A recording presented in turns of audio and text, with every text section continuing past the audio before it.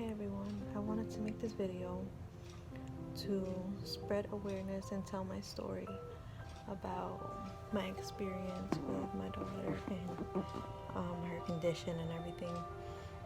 First of all, this is not easy to do because there's a lot of people who might judge and stuff like that, but I put all that to the side because I'm not ashamed, and this is real life. This is what people go through, not only me. And also I hope to help somebody who might be going through it, or maybe in the future, whatever the case is, because I know that someone helped me when I was going through it, because the doctors, they don't tell you good news at all. They make it the worst possible, so you get scared and you almost want to give up. So here's my story. When I was pregnant, I was so sure everything was okay.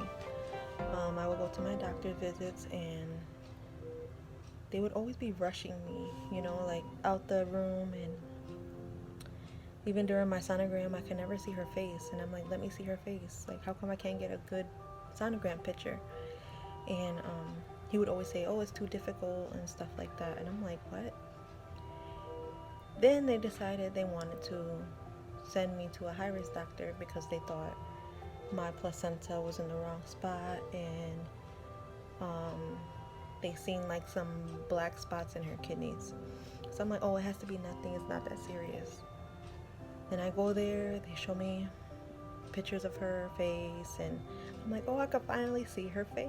Like, it was the 3rd trimester already, and this is my first time seeing her face on the sonogram. So I was super happy about it, and they didn't say much. She just did the sonogram, and then she was like, take a break and go use the bathroom. I'm like, I don't have to use the bathroom. She's like, just try to use the bathroom. I'm like, all right. I'm happy. I'm sending pictures to my family. I'm like, my baby's healthy, everything's good, everything's okay. Then I go back in the room, and the doctor comes in, and she's like, well, it shows here that your daughter's kidneys are very enlarged. They're inflamed. There's a lot of fluid in them. There wasn't supposed to be fluid in them. She also said that her stomach was very small. There was no fluid in her stomach at all, which means that she doesn't know how to swallow or something like that, or maybe something's wrong, she can't swallow. Then I'm like, okay, these are things, that can be fixed. Then she goes on to saying, your daughter is blind, and I don't see any eye on the right side, and I don't think I see a lens for the left eye. That's the news she gave me at first. My 5-year-old son was there in the room when she broke all this news down to me. I didn't even know how to take it. I was shocked. I was like, I just told my family she was healthy. Like, what is going on? I finally seen her face. And she's like, yeah, her right eye never developed. When I tell you, I cried and cried and cried. And she also said, with her kidneys being that way, she could be born and have kidney failure. So she might not survive. Or she might need a feeding tube and stuff like that. I'm like, oh my God, this is the worst of the worst. What do I do? Now I'm giving you guys the raw truth. I'm not sugarcoating anything. This is real life. This is what people go through. This was hard for me. So my son was so strong about it. He kept giving me tissues and stuff. He was so cute. And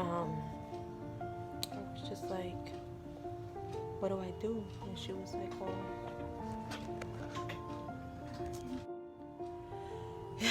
most moms decide to terminate their pregnancy, and it's going to be a lot to deal with. And she gave me a number to call to terminate for the 3rd trimester. Now, when I tell you, I cried and cried and cried. I was like, there's no way my baby's moving in there. I always feel her moving. She has to be okay. Like, there's no way that this is happening. Like, how can I lose her? You know, I already had so many baby stuff in my room. It was heartbreaking. I had her name on the wall already. And as I'm calling these people to see about terminating the pregnancy, I have it on speakerphone, so I'm like looking on Facebook at the same time. And I came across a picture of a little boy who was born the same exact way as her. And I was like, you know what? As soon as I seen that, I hung up the phone and I was like, I'm keeping her. There's no way. Like, look at this little boy. He's beautiful. He's doing good. Because, you know, when you go on Google, you see the worst. You know? And I was like, you know what? It can't be that bad. And regardless, I'm going to be there for her no matter what. Like, I couldn't imagine terminating the pregnancy and then not being able to see what she was going to be. You know, not being able to see if she was going to be okay. Like, what if these doctors are wrong, you know? Which they were, and I was really glad, you know, for most of the things. I mean, there's still some things that they scare me about. And I just keep praying and hoping for the best. And then when it came time for when she was born, I mean, I was so scared. Oh my God. I was in labor for almost 24 hours and they gave me a C-section, and that's scary alone, you know. And when she was born, the doctor was like, oh my gosh, she looks so good. Like, oh my, like, and they checked her oxygen and everything. I mean, they had her on a breathing machine and a feeding tube at first, but that didn't even last 24 hours and she was off of it, so I was super happy about that. But like, when I had her, they had to take her right away from me. Like, I couldn't even enjoy her at all. They were like, we're bringing her straight to the NICU. So that was heartbreaking. Like, so I had to be strong on that part too. And they were testing her for everything, every aspect of her body they tested, and I'm so grateful for that. Well, she was supposed to be in the NICU for months, they said. She was only there for a week. But when I went home without her, that had to be one of the most heartbreaking things ever. Like, she, I don't even know what to say. I'm just like thinking back to that time, walking into that room where her bed was all set up and she wasn't with me. But I was grateful she was home when she was, because it could have been a lot longer. It could have been a lot worse. She was diagnosed with having trisomy 13, well, partial.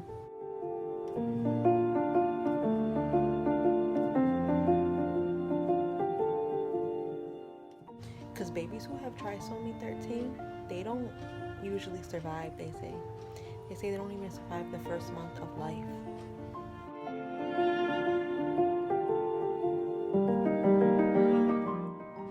And mind you, I'm finding these things out by myself. Me and her dad couldn't be at the hospital together at the same time. So I would have to call him with the news and just suck it up, drive home, and that was that. And basically trisomy 13 is like an extra chromosome of 13. Like, you're supposed to have 2. She has 3, but partial. She doesn't have like the full 3rd one. She has just a little piece of it. Babies with that need feeding tubes. They need to be on life support, all types of stuff. They don't walk, they don't talk. All of these things. They're telling me this about my baby. Their doctor literally said, enjoy your baby while you can. Even it's just a miracle, and I just can't believe we even made it this far, you know.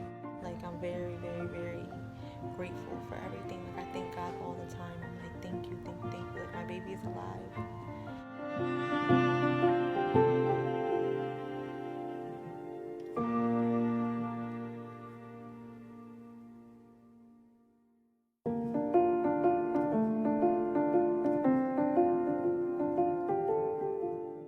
And even my son, he never once doubted her. He would say, Mom, she's gonna be okay. And I'm like, you know what? These little kids, they're stronger than us sometimes. The eye doctor checked her, said she has vision in her left eye. That was good news for me. So I was like, oh my God, I could hug you right now. Like, I'm so happy she can see at least. But I knew she couldn't hear. I knew it from day one, because she wouldn't jump when there was loud noises. She wouldn't wake up when people were talking. She wouldn't look my way when I was talking to her.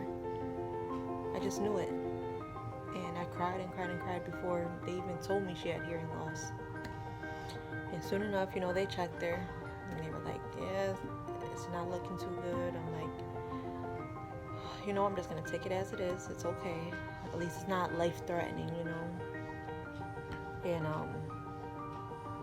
it's just crazy to think about the whole journey, like from the beginning, how I felt, to now. It's like seeing her and being with her.